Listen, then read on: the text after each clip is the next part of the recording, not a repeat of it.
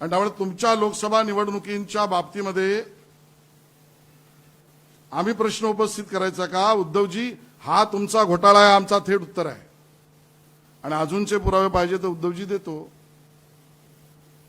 मतदारसंघ काढलेत राज ठाकरे यांनी, मतदारसंघाचं नाव घेतलंय त्यांनी, मतदारांचं नाव घेतलंय त्यांनी. त्याला उत्तर मी दिलंच आहे.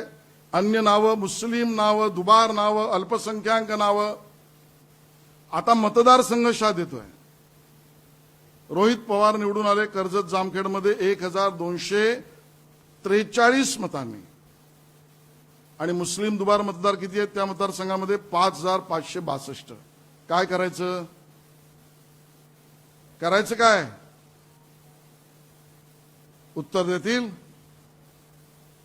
दुसरे ते आमचे ग्रेट नाना पटोले साकोलीतनं निवडून आले 208 मतांनी. त्यांच्याच मतदारसंघामध्ये मुस्लिम दुबार मतदार 477. करायचं काय? राजीनामा मागताय उद्धवजी त्यांचा? मतचोरी झाली म्हणताय? बीड मतदारसंघ संदीप क्षीरसागर जिंकलेत 5324 मतांनी. आणि त्यांच्या मतदारसंघामध्ये दुबार मुस्लिम मतदार 14944. काय करायचं? बडवायचंय, फटकावायचंय? उत्तर द्यावं राज ठाकरे यांनी. मुंब्रा आमचे जितेंद्र आव्हाड. आमचे कसले? जितेंद्र आव्हाड.